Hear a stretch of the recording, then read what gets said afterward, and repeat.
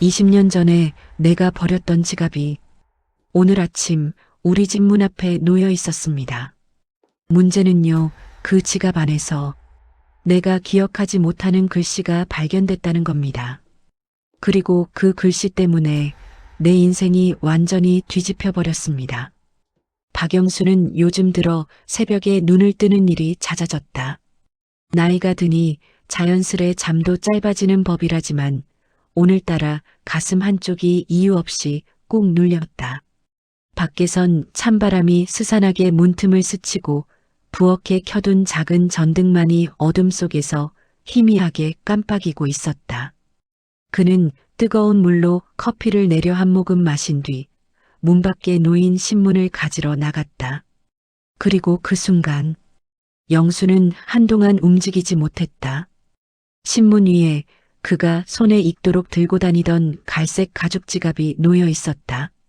세월의 텁텁한 얼룩, 귀퉁이에 찢어진 자국, 그리고 작게 찍힌 이니셜 Y, S, P, 틀림없었다. 20년 전 사업이 망하고 가족과 갈등이 깊어졌을 때 그가 직접 쓰레기 봉투에 넣어버린 지갑이었다. 말이 되나 이게 왜 여기 있어? 영수는 뒷걸음질을 치듯 지갑을 들었다. 차갑게 식은 가죽의 감촉이 손끝을 타고 올라오자 오래 묵힌 기억들이 서서히 머릿속에서 일어나기 시작했다. 그때 버릴 때도 별 의미 없었다. 돈도 없었고 그 안에 들어있던 건 아내와 딸, 그리고 어린 손자의 사진 한 장뿐이었다. 현관 안으로 들어와 지갑을 조심스레 열었다. 사진은 여전히 그 자리에 있었다. 하지만 영수의 시선은 그 뒤편에서 멈췄다. 사진 뒷장, 희미하게 적힌 글씨. 분명 자신이 적어둔 적 없는 필체였다. 찾으려면 이제는 준비하셔야 합니다. 순간 등골을 타고 서늘함이 내려왔다. 누가 사진을 꺼내 뒷장에 이런 메시지를 남긴 걸까? 그리고 왜 지금 시점에? 그때 인터폰이 갑자기 울렸다. 영수는 깜짝 놀라 지갑을 움켜쥔 채 화면을 바라봤다. 하지만 화면엔 아무도 없었다.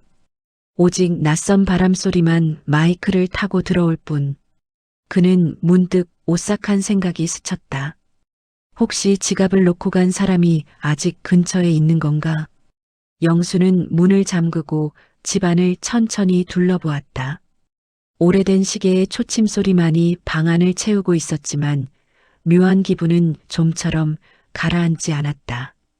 그가 다시 지갑을 펼치던 순간 작은 봉투 하나가 떨어졌다.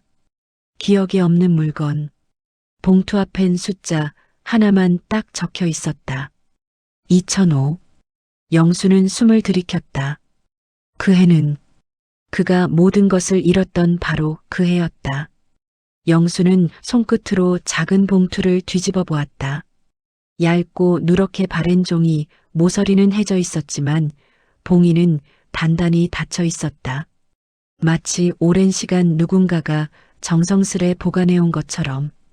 2005 그 악몽 같은 해를 왜? 그 해는 그의 인생이 완전히 무너진 시기였다.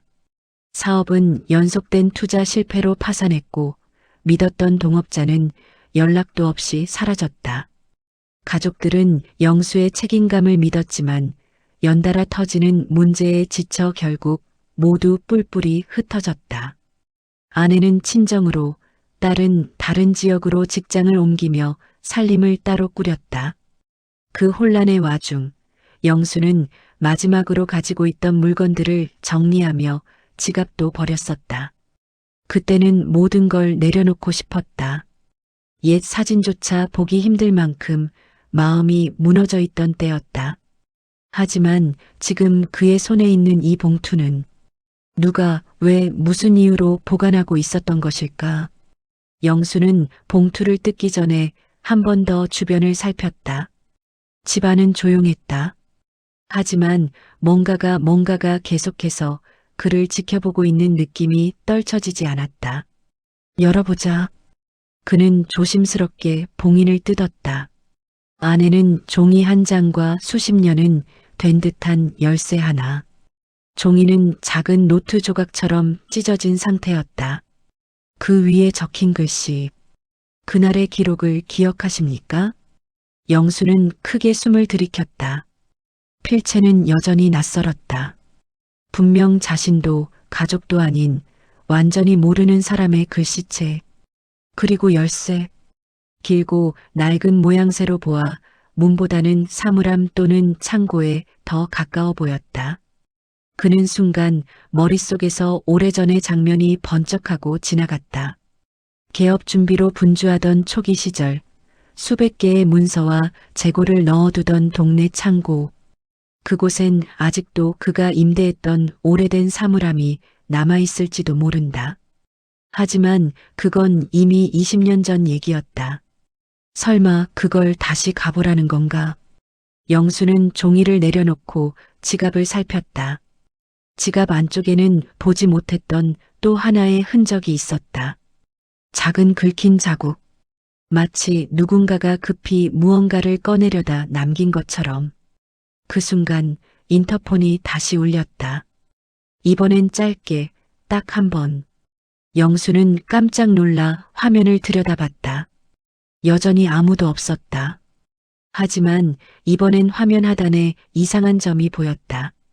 문 앞 바닥에 찍힌 발자국 하나. 신발도 아니고 맨발도 아닌 뭔가 비정상적으로 길고 좁은 형태. 마치 어떤 상황에서 급히 달아나며 남긴 자국 같았다. 영수는 온몸에 소름이 돋았다. 누군가 계속 우리 집을 드나드는 건가? 아니면 감시를? 그는 봉투 속 열쇠를 꼭 쥐었다. 그리고 조용히 결심했다. 확인하러 가자. 이 열쇠가 어디로 이어지는지. 영수는 외투를 걸치며 주머니 속 열쇠를 다시 한번 만지작거렸다. 손끝에 닿는 금속의 차가움이 이상할 정도로 생생했다. 마치 20년이라는 시간이 이 열쇠에는 전혀 흘러가지 않은 것처럼. 이 열쇠 어디서 봤더라. 집을 나서는 순간 그 기억이 또렷하게 떠올랐다. 사업을 처음 시작했을 때 문서와 재고가 많아서 동네 뒷골목 창고를 하나 임대했었다. 문제는 그 창고가 사업이 망한 뒤 급하게 정리하며 제대로 잠그지도 않고 떠났던 곳이라는 것. 설마 아직도 그대로 남아있을까? 길을 따라 걷는 동안 발밑에 부서진 낙엽들이 바삭거리는 소리가 유난히 크게 들렸다. 마음 한쪽에서 자꾸만 누군가의 시선이 느껴졌다. 뒤를 돌아봤지만 골목엔 아무도 없었다. 영수는 중얼거렸다.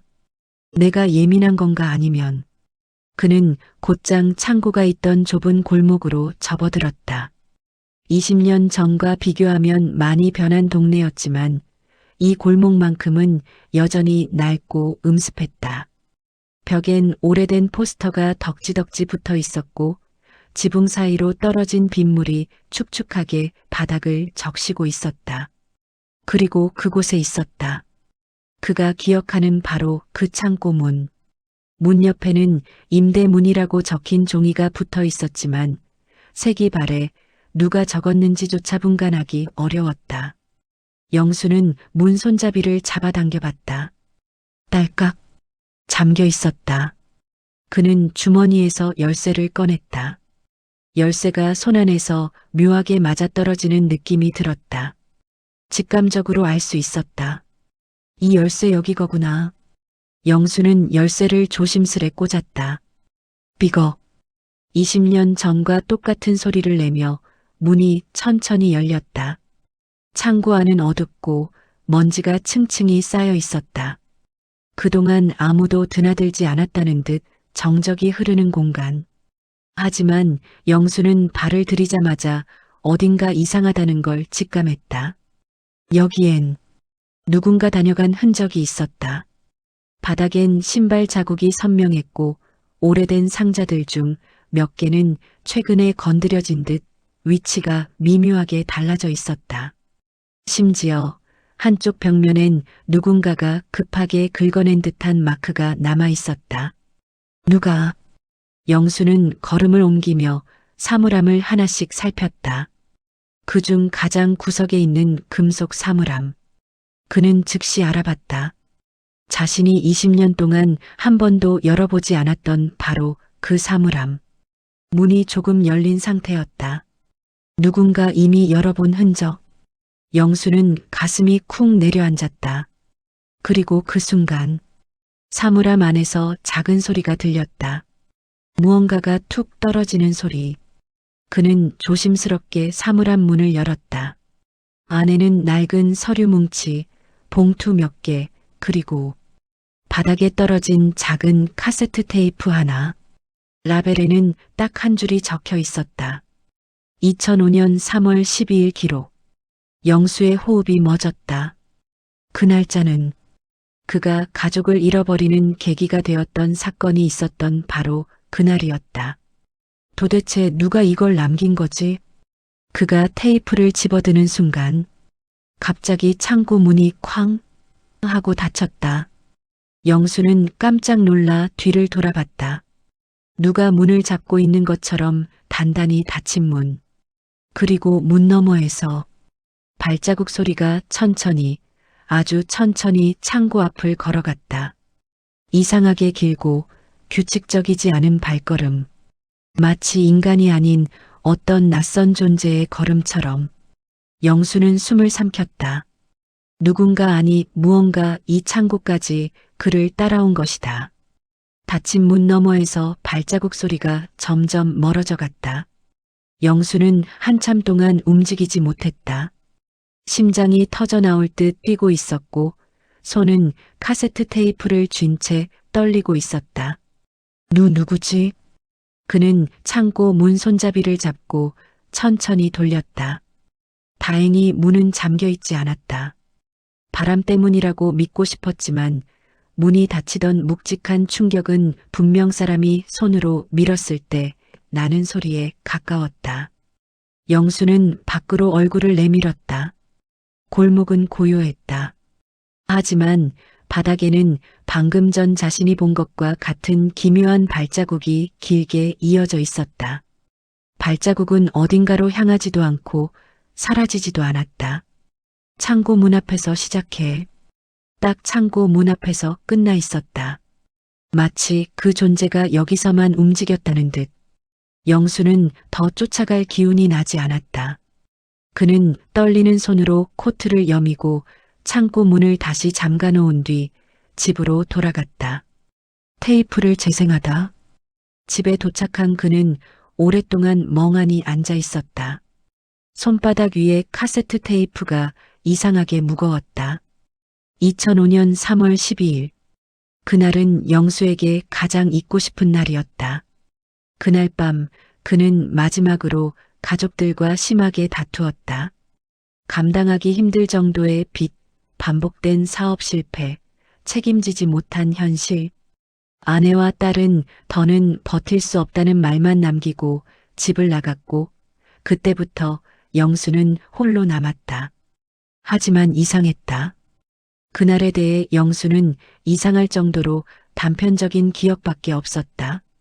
마치 누군가 일부만 지워놓은 것처럼. 영수는 테이프를 재생하기 위해 오래된 라디오 겸용 플레이어를 꺼냈다. 버튼을 누르자 투박한 기계음과 함께 테이프가 돌아가기 시작했다. 그리고 낯선 남자의 목소리가 들려왔다. 기록합니다. 2005년 3월 12일. 대상자 박영수. 그는 아직 모른다. 영수의 손이 멈췄다. 뭐라고? 목소리는 계속 이어졌다. 오늘 그가 버린 지갑에서 첫 번째 단서가 나왔다. 그는 아직 자신이 무엇을 받는지 기억하지 못한다. 하지만 곧 상황이 바뀔 것이다. 영수는 숨이 멎을 뻔했다. 나를 관찰했다는 건가? 그때부터 테이프 속 목소리는 담담했다. 마치 보고서처럼. 세 번째 단계는 곧 시작될 것이다. 그가 준비되기 전까진 절대 알게 해선 안 된다. 영수는 라디오를 꺼버렸다. 심장이 미친 듯이 뛰고 있었다. 세 번째 단계. 준비. 뭐가? 그게 무슨 말이야? 그는 곧바로 테이프를 다시 되감으려 했지만 플레이어가 갑자기 멈춰섰다. 전원이 들어오지 않았다.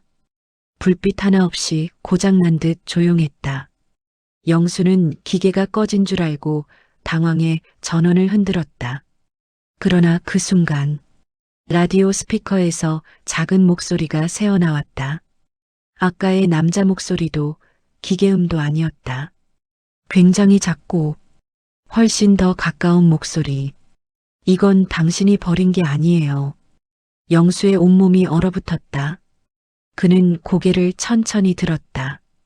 거실 창문에 비친 자신의 뒷모습, 그리고 그 뒤쪽, 어둠 속에서 흐릿하게 무언가가 서 있었다.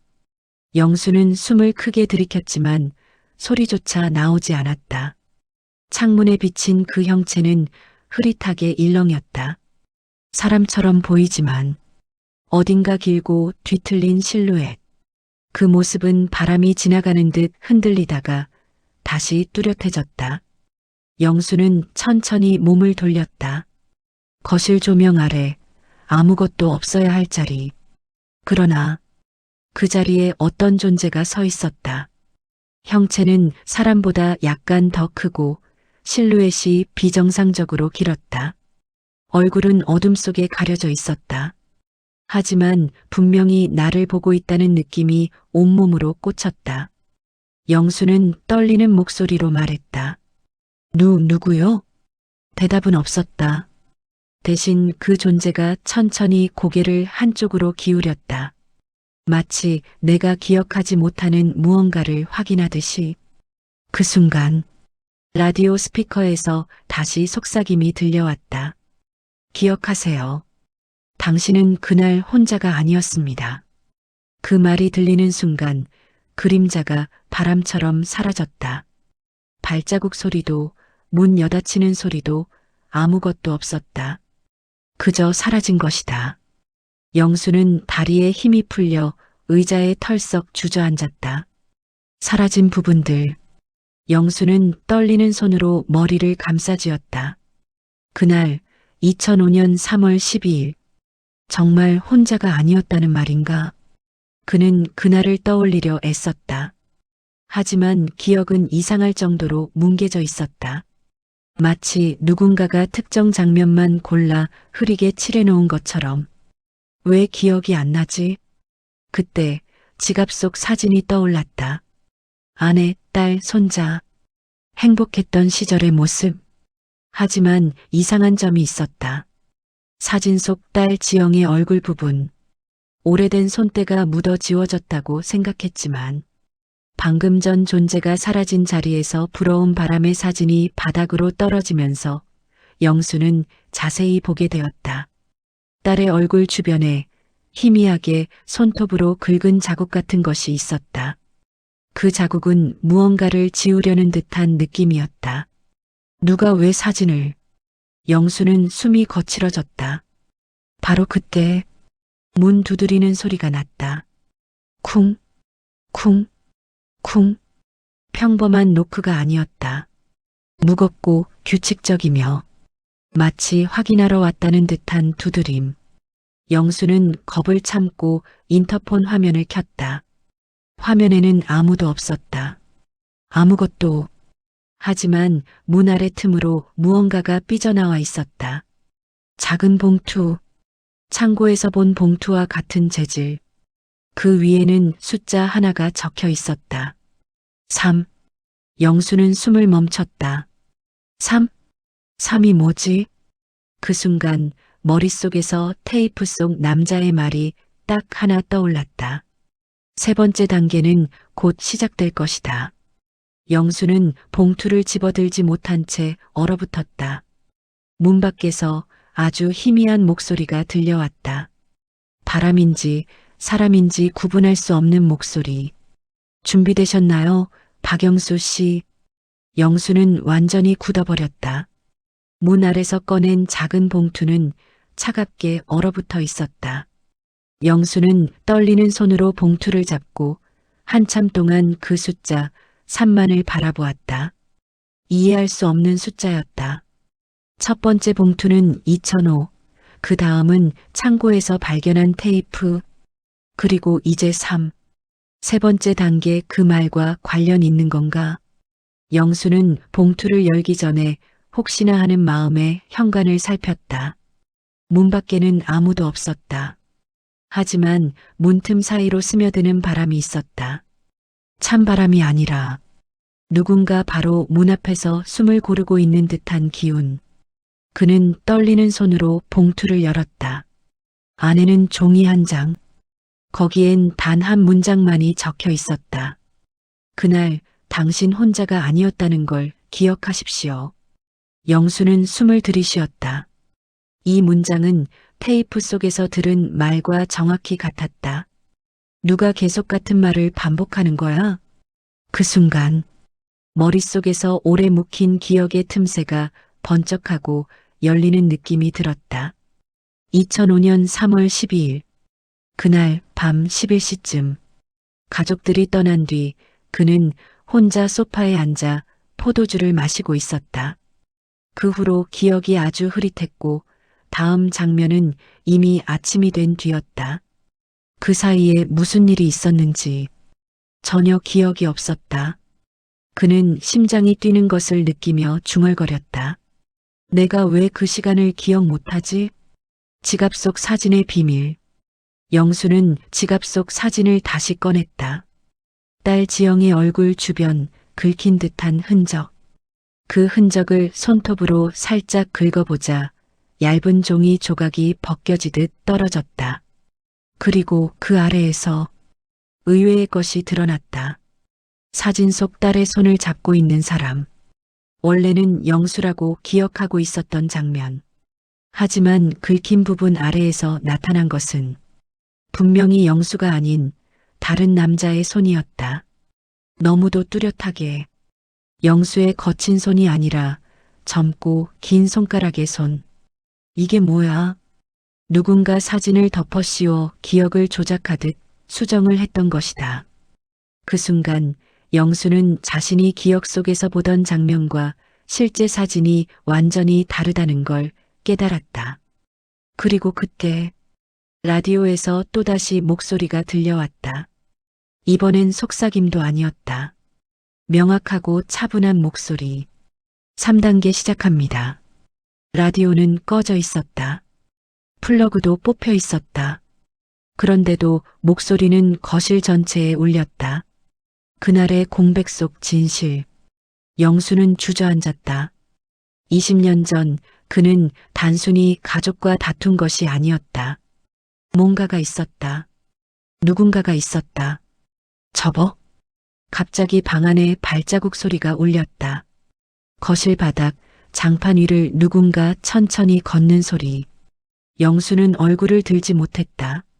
몸이 말을 듣지 않았다. 접어? 접어? 접어? 발자국 소리가 가까워지고 어느 순간 멈췄다. 바람 한 점 없는데도 커튼이 흔들렸다. 그리고 그 사이로 낮고 낯선 목소리가 들렸다. 박영수 씨, 당신은 20년 동안 우리 중 한 명과 함께 살았습니다. 영수는 숨이 턱 막혔다. 뭐라고? 목소리는 점점 가까워졌다. 당신이 잊은 그 시간. 그때 당신은 혼자가 아니었어요. 그래서 지금 우리는 당신에게 다시 그날을 떠올리게 하려는 겁니다. 영수는 몸을 일으키려 했지만 다리에 힘이 들어가지 않았다. 그리고 커튼 뒤에서 그 실루엣이 천천히 모습을 드러냈다. 20년 전 사진 속 지영의 손을 잡고 있던 그 긴 손가락의 남자. 그는 늙지도 않았고 변하지도 않았다. 그때 모습 그대로. 영수는 공포로 온몸이 굳어버렸다. 그 남자가 말했다. 4단계를 시작하기 전에 먼저 진실을 말씀드려야겠군요. 영수는 숨조차 제대로 쉴 수 없었다. 커튼 뒤에서 천천히 모습을 드러낸 그 남자는 사진 속에서 본 모습 그대로였다. 20년 전 지영의 손을 잡고 있던 그 젊은 남자. 늙지 않은 얼굴, 옅은 미소, 비정상적으로 길고 가느다란 손가락. 영수는 떨리는 목소리로 물었다. 너는 누구야? 남자는 천천히 고개를 들었다.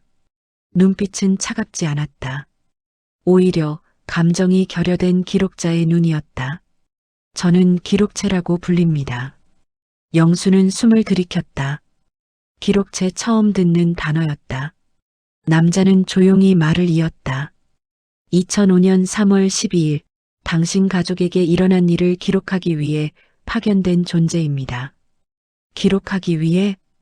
영수는 이해할 수 없다는 듯 고개를 저었다. 그게 무슨 소리야? 그날 나는 그냥.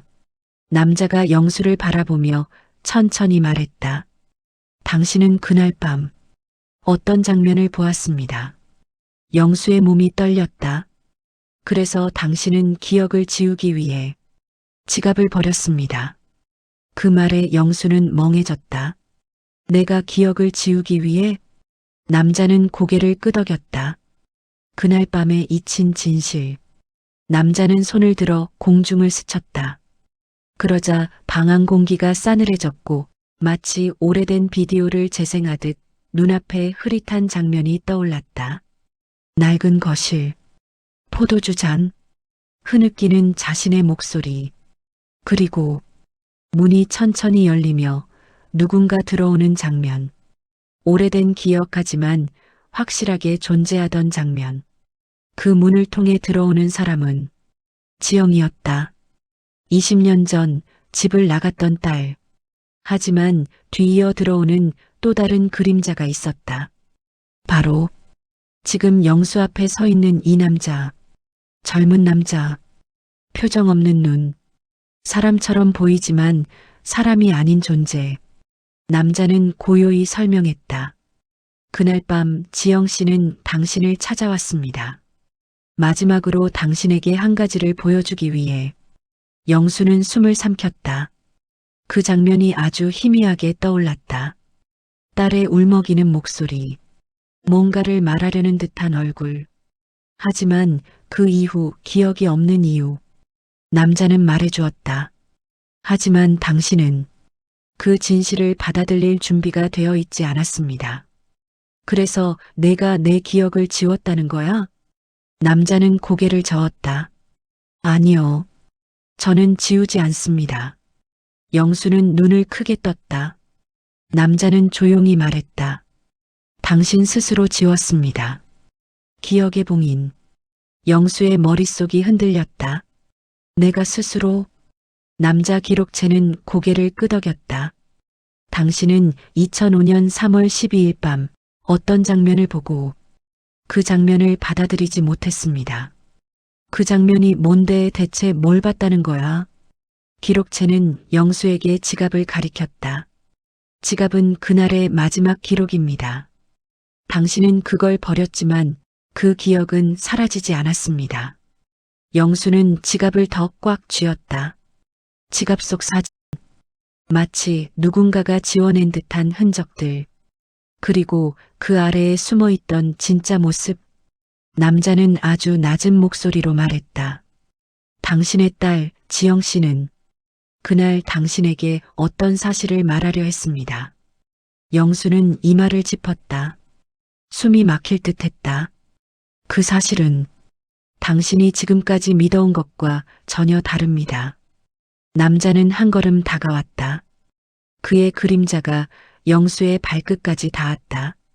지영 씨는 당신이 생각한 그날의 피해자가 아닙니다. 영수의 눈동자가 떨렸다. 기록체는 마지막 문장을 말했다. 진짜 피해자는 당신이 아닙니다. 영수는 충격으로 말을 잃었다. 영수는 기록체의 마지막 말을 곱씹었다. 진짜 피해자는 당신이 아닙니다. 그 말은 그의 세계를 뒤흔들었다. 그럼 지영이가 그날 무슨 말을 하려 했는데 난 왜 기억을 못하는 거지? 기록체는 천천히 고개를 끄덕이며 손을 들어 허공을 스쳤다. 그러자 또다시 흐릿한 장면이 펼쳐졌다. 20년 전 그날 밤의 거실. 지영은 울면서 말했다. 아빠가 오해하고 있는 게 있어. 이건 아빠 잘못이 아니야. 그 말은 당시 영수에게도 강하게 남아 있었던 기억이지만 지금 보니 그 뒤가 잘려 있었다. 기록체는 말했다.